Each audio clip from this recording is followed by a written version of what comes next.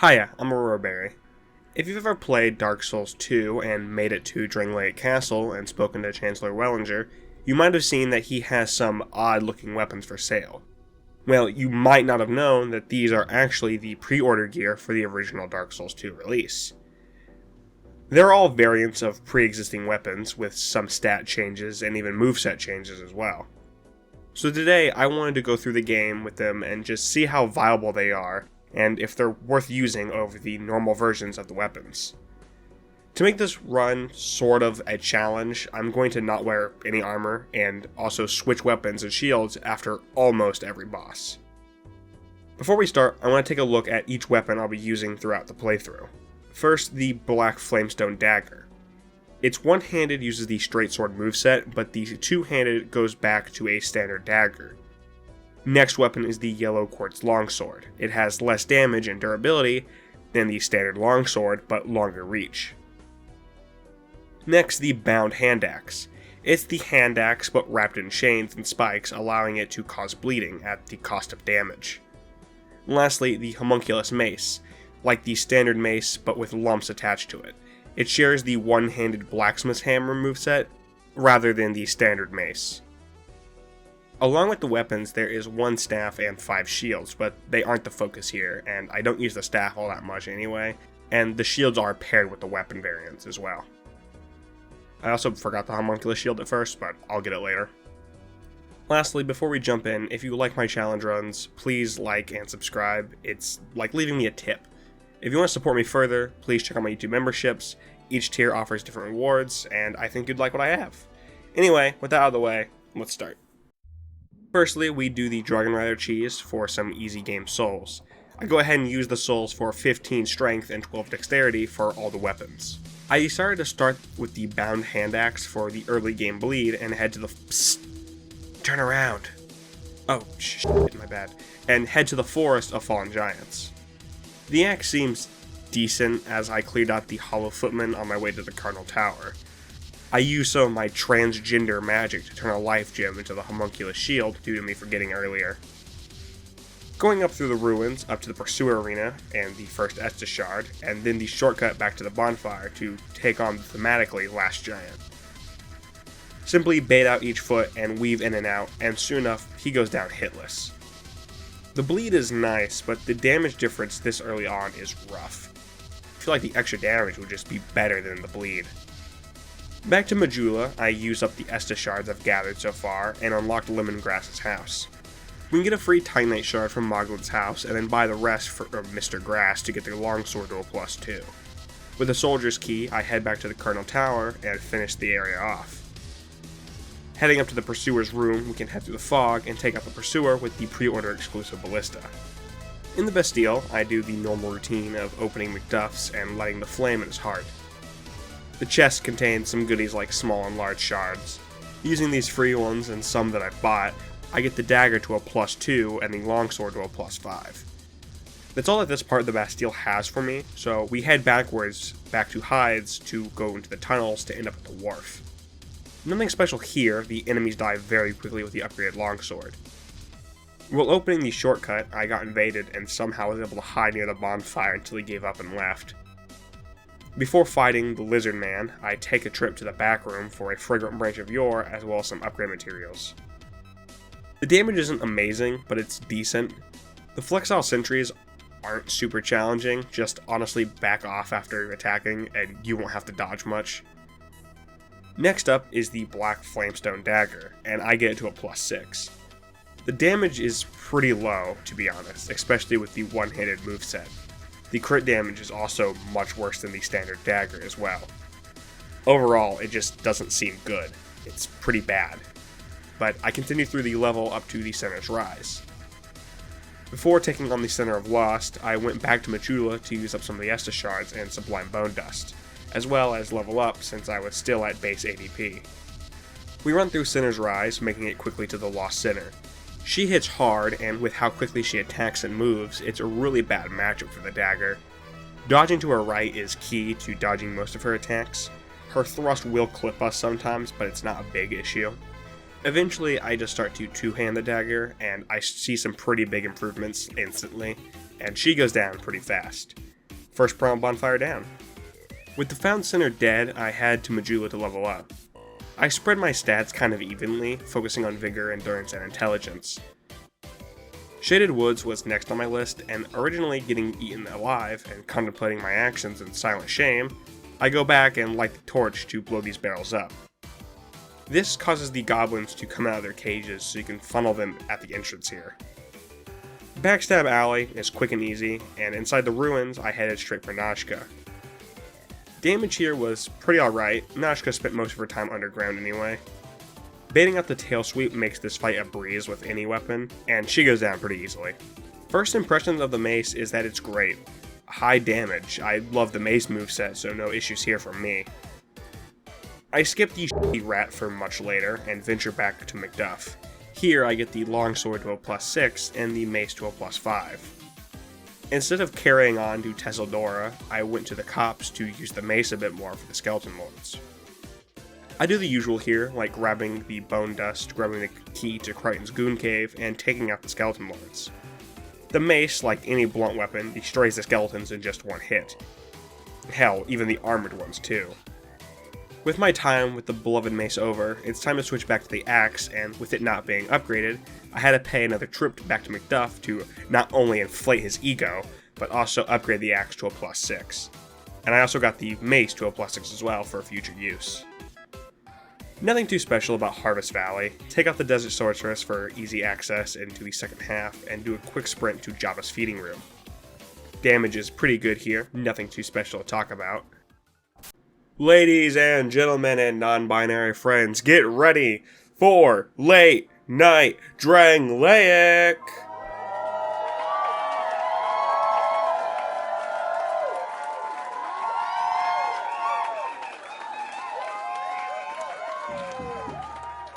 Welcome everybody to Late Night Drangleic. I'm your host, Aurora Berry, and today we have a very special guest tonight on the show. Everyone, show a warm welcome to Dark Souls 2 Poison!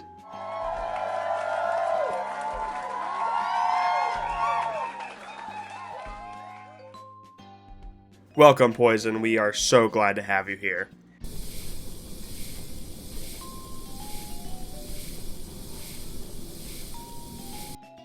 Now, I want to jump in on your role in Harvest Valley and Eastern Peak.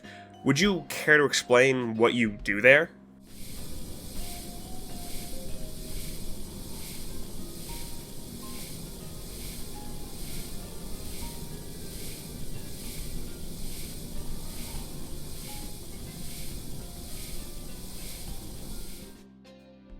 Wow, that seems like a lot. Do you work with the other enemies in Harvest Valley and Eastern Peak, or do you prefer to just do your work solo?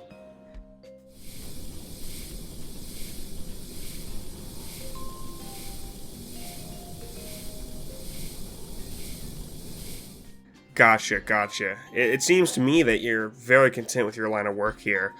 What would you say to any aspiring status effects that take inspiration from your work?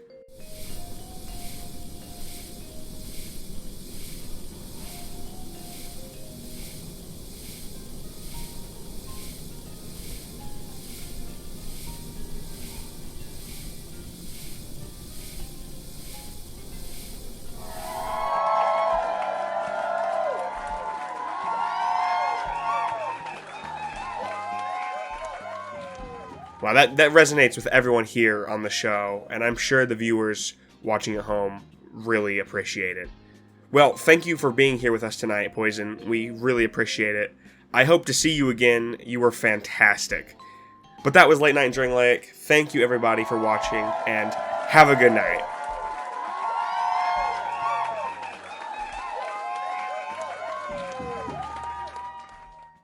First attempt, I get ganged up on by a Grave Warden and 2 mannequins. Second attempt, I got pushed off an edge by a Grave Warden. Third attempt, poisoned, shot by an arrow, and then pursued by the Grave Warden. Fourth try, I make it up the ladder and take out the final Grave Warden, making it to the second bonfire. We burn the windmill to lower the poison and then proceed to be pushed off the cliff. We get poisoned once again and invaded by Scumlorn, but we get the third bonfire, so I'll just take it at this rate. I have my worst Mytha attempt I think I've ever had. It was genuinely really bad, but the second time it was rough, but we got through it. We take the totally sensical elevator up to Death Mountain and start heading up to fight the King Goron. The sword does okay on the knights, and Fencer Sharon abuses us like normal. The first section of Iron Keep is pretty easy. Take out the knights one at a time and use more of our Preorder ballista, because if we pay for it, we're going to use it. The outside section becomes a bit more dangerous with the archer on the bridge, but luring out the knights one at a time and hiding, we can get through pretty easily. On the bridge, we can take out the archer and then run through Iron Keep. Don't fight anyone. Rush to the fog. Give in. Give in. Give in. Okay, we made it. Smelter Demon goes pretty well, all things considered. I'm used to this fight taking at least 8 minutes in some of my runs, so while the damage from the sword isn't amazing, it's more than possible. And shortly, I go to... Huh? That's not how it's scripted to go. Can we cut? I said cut! And shortly, the Smelter Demon goes down. We aren't done in this arena, however. Going back in spawns the Pursuer, and there's no Preorder ballista to use, so we get out the dagger and begin to slowly chip away. I'm really not a fan of this dagger. Its damage is really low. After a painfully long fight of the most awesome strafing to the right and spamming R1, the Pursuer goes down and we get the Ring of Blades +1. I tried using the dagger for Iron Keep, but no, it's so bad. It doesn't stagger the knights, so they just rush you, and the knights cut you into 1,000 pieces. Anyway, the mace is better, and I make it to King Goron. Nothing to say here, wait in the safe zone and then attack when he lasers. Afterwards, back in Majula, I get enough levels to use the Transgressor Staff with the Dark Orb. I don't use it often, but I should mention it, I guess. I switch to the axe in Tesseldora and clear out the peasants guarding the door with the Dark Orb spam. The damage on the congregation felt kinda low, and I got hit so hard I lost connection to the Dark Souls 2 servers, but it's the congregation, so they go down, no problemo. In the second half of Tesseldora, I grab the chunks in the area and book it straight to the Duke's Dear Freya. I use the sword for a good part of the fight until it almost breaks and switch over to the superior mace. Going back and forth between the heads, and afterwards pick up the soul and kill the Duke. Well, because you can. Only one great soul remains, so we jump down into the Majula hole, kill Roy because you can, and then go do some big game hunting. Fall down the next hole and die because you're great at this game. Do it again and grab the Sublime Bone Dust. Now in the gutter, it's really a quick sprint until you're in the gulch. We use one of the fragrant branches to get inside the secret bonfire room and then take Robbie Rotten on. The damage on the sword is nice, and besides that, it's a pretty boring fight. So far, we're about halfway through the run, base game wise, and I want to give my thoughts on the weapons so far. So here they are. The mace is the best. It's just great. It has better overall damage than the other mace, and it's just great, okay? I love it. Blunt damage is already OP in this game, and it's just, I love it. The sword is next, and it's okay. Yeah, slightly worse damage than the normal longsword, albeit not by much, but it has extra range, which doesn't really matter, I feel. Along with that, the durability is also worse. Even by Dark Souls 2 standards, it only has 30 durability compared to the standard longsword 60, so it's breaking twice as fast. The only reason it's up here so far is just because the other two weapons are so much worse. The bound hand axe is in third, and it's just so bad. It's so bad, even at a +0, it has 45 less damage than the normal hand axe, and at a +10, it does 90 damage less. But it has bleed, the bound hand axe users cry. Bleed is almost pointless in PvE. The flat 200 damage from bleed is offset by the fact that the normal hand axe does 180 damage more at a +10 in 2 hits. Bottom line is it's bad. The black flamestone dagger is also pretty bad too, and it's a reminder why I don't touch daggers. Low damage, no stagger ability, The reach is pretty good, but overall, it's the weapon I want to use least. But we're entering the second half of the game, so let's see how these weapons continue to hold up.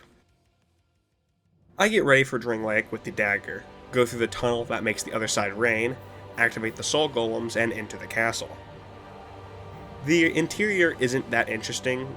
The dagger actually does pretty well here, and we pick up the first DLC key. We walk into the Twin Dragon Riders arena and shred the archer. The second one isn't too deadly, just kind of strafing attack his side. Again, not much to say. Once more, I go back to Majula and level up and upgrade the mace to a +8. I take a small detour to the Shaded Woods to pick up some more chunks, along with killing Tark for the second Dragon Crest ring. Back in Drangleic, we need to get the elevator down, and the easiest way to do it is to bait the mannequins next to the Soul Giant and then Homeward Bone. Go up the elevator and grab the key to the King's Passage, and Homeward Bone once more.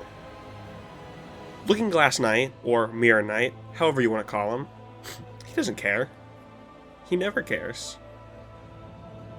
It's pretty easy, especially with the mace. By staying near his sword arm or in front, you won't be hitting his shield as much, and since he decides to summon right at the end, he goes down without any issue. Shrine of Amana. You know, say what you will about this place, but you can't deny it's one of the most beautiful places here. It's just really good looking. Anyway, like Iron Keep, fighting the enemies one at a time is key here. With the Milfinitos stop seeing, look out for the nearby aberrations. If you have any ranged options, use them if you can. The second part is definitely the hardest, but go from mage to mage and stick to the outer edges of the map to avoid being out in the open. If you die, don't get upset, just take your time and do it again. The more you do it, the better you get at it. And for the last part, forget everything I said. Hang to the left and run. Forget everyone. Even if Kindle murders the last Milfinito and now you're locked out of the quest line. Froggy is Froggy, bait out his beautiful face and then hit it. A lot. Going down to the New London ruins, Aldia tells us to go murder his brother or something. I don't know, I wasn't paying attention. We do the usual grave robbing shenanigans and grab the shortcut. Kill the 3 bell-ringing hollows and fight Velstadt, the manager at my local Taco Bell. I hate him because when I go to order, I have to go through the shitty AI assistant, either through the touchscreen menu or the drive-thru. How about you pay your employees, Velstadt? I switch over to the sword for this, and youch, and that damage is rough. Even worse when he buffs. Probably would have helped if I upgraded it past a +6. Whoops. Dodging him isn't hard, just stick to his back or side and watch out for the wide swings. It came down to what would actually break first, Velstadt's life or my sword. But our sword came out victorious. For the base game, only 6 bosses remain, so let's get it done. Since both Aldia's Keep and the Dragon Shrine took a collective 17 minutes, I'm going to verbally speedrun through this section. I upgrade 2 more weapons to a +7 and head to the Forked Road, up the middle path into Aldia's Keep, run through the first hall and into the second. Grab the hidden bonfire and bait out the ogres 1 and 2. The dagger does pretty well against the dragon, just alternate feet and run away from when she breathes fire. In the dragon area, get the feather, go across the zipline, and meet Smaldia. Prove ourselves worthy by defeating the 3 Drake Keepers and the Black Dragon Phantom. Telepathically communicate to the dragon and get the Ashen Mist Heart. I do some more upgrading, getting the longsword and dagger to a +8, and getting the mace to a +10. It's finally time to prep for Vendrick, and that means getting the Giant Souls. I first go into the memory with the Giant Lord and take him out rather easily. After grabbing the first soul, I pop into the other 2 memories and grab souls 2 and 3. Lastly, for soul 4, we head back to the Gulch and take on the 2 non-last giants. We spam our Dark Orb to take the one down, and then fight the other one at a 1v1. After the actual last giants fall, we get the 4th soul and are ready to take on Vendrick. Now, I could go get the next soul from the Ancient Dragon, but it won't make that much of a difference. King Vendrick hits hard, but is slow.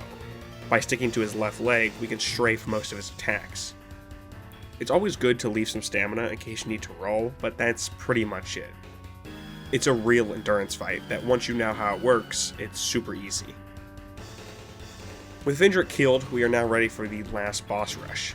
I get the axe to a +10 and make the descent into the Throne of Want. I pop a Bright Bug and take on the first boss, the Scum Watcher and Scum Defender. I hate these two. One of my worst fights, and even in normal runs they can give me trouble, and this run was no different.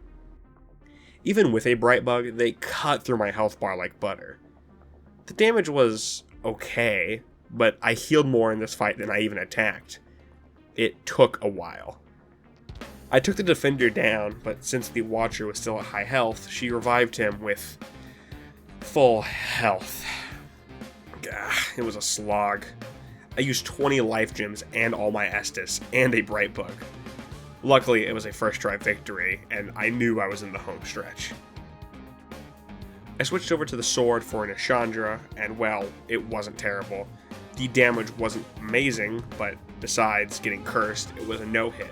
Just stick to her sides and punish the lasers. And to end it off, Aldia with the Black Flamestone Dagger. The damage was actually nice, and I've gotten a lot more bold fighting Aldia. This fight is just as slow Elden Ring DLC fight.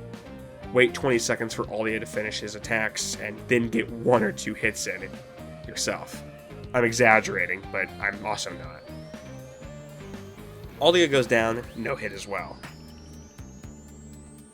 We aren't finished, however. We still have the DLC and optional bosses to do, so let's get to it. The first DLC for today is going to be the Ivory King, so I head to the Shrine of Winter and enter the Frozen Castle. I've gotten really good at running through this DLC, so pretty quickly I get to the second bonfire without much issue. The first obstacle is this lever right here to get past the gate. Usually you'd be followed by one of the frozen soldiers, but by turning the corner and instantly quitting out, you will load back in and lose the aggro of the soldier. The 1v1 with the golem is pretty easy, and from here it's a really quick sprint to get the priestess's eye. With my more tedious DS2 runs I've done, Ava has gotten pretty easy for me, which is nice. I use the axe again here, and even with the bad damage, it's not too terrible. The two big things to remember is dodge into her attacks. Her AoEs are the best times to heal, and her projectile is a great damage window. She goes down first try, and we enter into the main hall. We get the cold shoulder, and go into a rescuing spree for all the knights. We go back to the second bonfire, and I go through the normal path until we reach the bridge. Here, instead of going for the priestess's eye, we instead go through the newly opened way and grab the elevator, and head for the third bonfire. At the third bonfire, there are 2 knights in close proximity. From the elevator, go up and take on the Invader and Rampart Golem for the first knight. Going back to the bonfire, go through the gate and up around a few corners for the second knight. For the last knight, we have to go back to the original path, but down the elevator to get to this little area. This area is definitely more dangerous, but we can get to the bonfire, give Nikolai a little taste of the homunculus mace, and open up the large gate. From here, just gotta dodge a few sonics, die almost twice, and you're at the last Lois Knight. With everyone gathered, you can jump into the literal pit of hell and fight the biggest DLC pushover. Does he hit hard? Yes. Can his hitboxes seem a little wonky? Sure. But when after every attack he does, you have enough time to pop a life gem, and all you have to do is dodge left, he's fine. First try. But now we are on to the actual hard boss of this DLC. Grabbing the garrison ward key and fleeing for our life, we can totally lose the footage of us going through the outskirts, and normally, and not cheating at all. Fuck you. Lenzallen, the twin tigers that think your innards are peanut butter, and the only way to get in is to rip and claw through your flesh. I'm not playing for this fight. I pop a bright bug and ready my mace. They have less health than Ava, making their individual fights not too bad. If you have DPS, you can win the fight. I get Lud pretty low, and by the time Zallen jumps in, I get really lucky with Lud doing a projectile, letting me kill him. Zallen's whole thing is at low health, he buffs. He gets more damage, defense, and health regen. Pretty much just a better bright bug. Most strategies I see is just to back off, but I don't think that's good advice. Keep attacking. It's good general practice, and you won't have to fight for as long after the buff runs out. Let Zallen go down first try, and we have Deathless the first DLC. Next up is Iron King, and well, it's actually the DLC I did first. I just skipped over the footage for it when I was writing, and I don't really want to move it around in my script, so we're covering it next. From the throne room, we can jump down to the tower, skipping most of the first initial section. Jump down to this ledge and take out this knight here, and open up the first lever. A couple more quick jumps, and we're at the second bonfire. I used to think that the second lever room was really just RNG, but you can actually minimize the amount of RNG you need. Simply drop down and run up against this knight here. Afterwards, it's just a small bit of luck that the chicken wing man does not turn you into a fine paste. Past the door, just go along the ledge and we end up at the foyer bonfire. To get down to Rame, we need the Scorching Iron Scepter, which leads us into the hallways. The first one just has one Fume Sorceress, the second one has 3, 1 at the beginning and 2 at the end of the hall, and lastly a chicken wing man guarding the lever. Usually you can just open it, but I decided to play it safe for some reason and kill him. The side tower goes about how you'd expect. Open the door, get murdered by Rachel, and then pick up the Scorching Iron Scepter, which, let's talk about this. It's scorching, and it stays scorching for you to put it into the foyer. And the fact that we are holding it for that long means we should be burning alive. It doesn't make sense. It's not possible. It's bad game design. With the scepter, we take the elevator down to the final descent into the 4th lever room. Not much to say. The mace clears out the enemies in 3 hits, and we can abuse a bit of Dark Orb to snipe the chicken man. One elevator ride later, and we end up in Rame's Goon Cave. With his waifu statues destroyed, we equip the dagger and get to it. Like Ava, dodge into Rame's attack so they're not getting hit by the rest of the swing. I honestly find Phase 2 easier as you have more windows. My general rule is to always expect 4-hit combos, and only heal on certain attacks. This Rame fight was honestly pretty fun. I'm starting to like the dagger a bit more than I thought I would. Second try, Rame goes down. Next up is Sir Lon, and I'm still don't have this fight down 100%, but ever since my first DS2 run I posted, I've gotten a lot better at him. I decided to use the sword for this fight, and it goes okay. The damage could be a lot better. The only thing you really need is to keep in mind is to dodge to the right instead of to the left. Just in a few tries, he goes down. Blue Smelter is really similar to Red Smelter. I used the mace for this one, and well, the mace didn't disappoint. Before the Shulva victory lap, let's go through a checklist of the optional bosses we skipped so far. Old Dragon Slayer with the mace, check. Ruined Sentinels with the pretty cool dagger, check. Gargs with the dagger again, check. Chariot with the mace, check. Pretty annoying rat dog, check. Ancient Dragon with the mace, and a Bright Bug, check. A tedious annoying side quest for an overrated and boring boss, check. Okay, well, that's pretty much everything. So, besides Shulva, let's jump in and finish this, shall we? If you're new here, Shulva is pretty much a victory lap for me. It's a pretty quick DLC, and it's not too hard, so instead of talking about it, I want to go over my final thoughts on the weapons. In last place is the axe. It sucks so hard. The lack of damage is rough, and the bleed does not make up for it.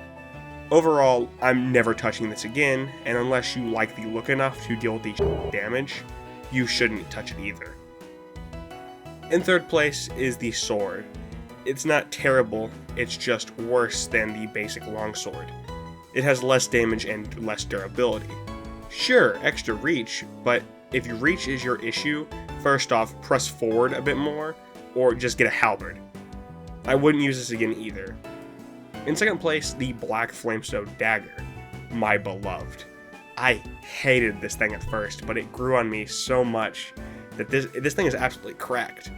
It has 30 additional points of damage compared to the basic dagger, and a one-handed sword moveset that also has more reach. It's so good. But the dagger can't compare to the absolute GOAT, the Homunculus Mace. It may look ugly, but it's so good. Blunt damage, which is already good on any weapon. It has a versatile moveset, but also 50 more damage than the basic mace. It's a genuine upgrade. I'd choose this weapon over the basic mace anytime. I love it. But it's time for me to end this run. We equip our trusty dagger and take on Sin, the slumbering dragon. It may break on us at the end. That doesn't mean we toss it aside. We stick with it to the very end. And with Sin down, we've beaten Dark Souls 2 with only the pre-order gear. Just want to quickly say, sorry if I sounded weird. I've been sick for a week. I've been sick since last Saturday, and it's currently Saturday when I'm recording this, and my throat hasn't gotten really any better. So, if I sound a little weird, that's why. This was a very fun run. I liked it. I liked the weapons. It was cool to use them. I've never really touched them. I probably won't touch them again, besides from the Mace and Dagger, but it was still fun. I'll be doing... I have another video I'm working on, another one after that, which that one might actually come out before, because it'll be easier to do. I'm trying to get as many videos ready before November 20th, because that's when Stalker 2 comes out, and I will be pretty much non-existent. I will be playing that for most of my time. So, I'm trying to work as much as I can right now, but I'm not going to keep yapping away. I just want to come here and say I've been sick, so that's why I might sound weird. Anyway, I hope you enjoyed today's video, and I'll see you in the next one. Bye-bye.